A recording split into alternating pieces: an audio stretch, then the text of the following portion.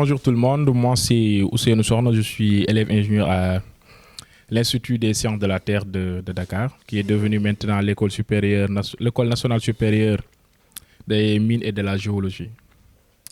Donc aujourd'hui, on va essayer de vous faire une définition simple de la géologie, de ses applications, de ses rôles.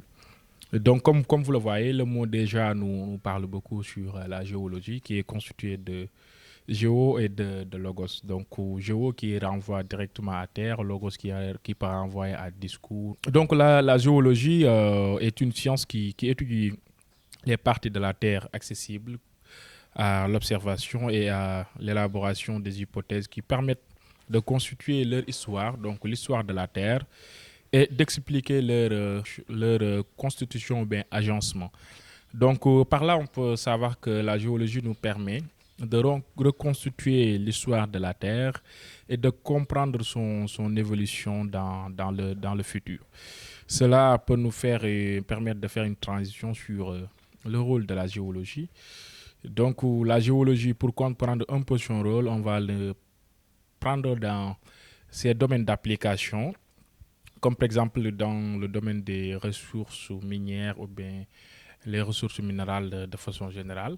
La géologie permet d'abord de faire la cartographie. Donc, dans l'exploration de ces ressources-là, la géologie a un apport qui est nécessaire, qui est par lequel on ne peut ne pas passer. Donc, ça permet donc de cartographier tout ce qui est ressources géologiques dans un pays, dans une zone. Mais aussi dans ces applications, on peut citer par exemple dans le domaine de la géotechnique, là où aussi la géologie va nous permettre de carrément faire la cartographie des matériaux, par exemple de construction, qui va intervenir aussi dans la construction des routes, bâtiments, travaux publics, tout cela, pour comprendre un peu la dynamique, les stabilités des terrains, pour quand même qu'on puisse bien réaliser les édifices sur lesquels le géotechnicien est appelé à travailler.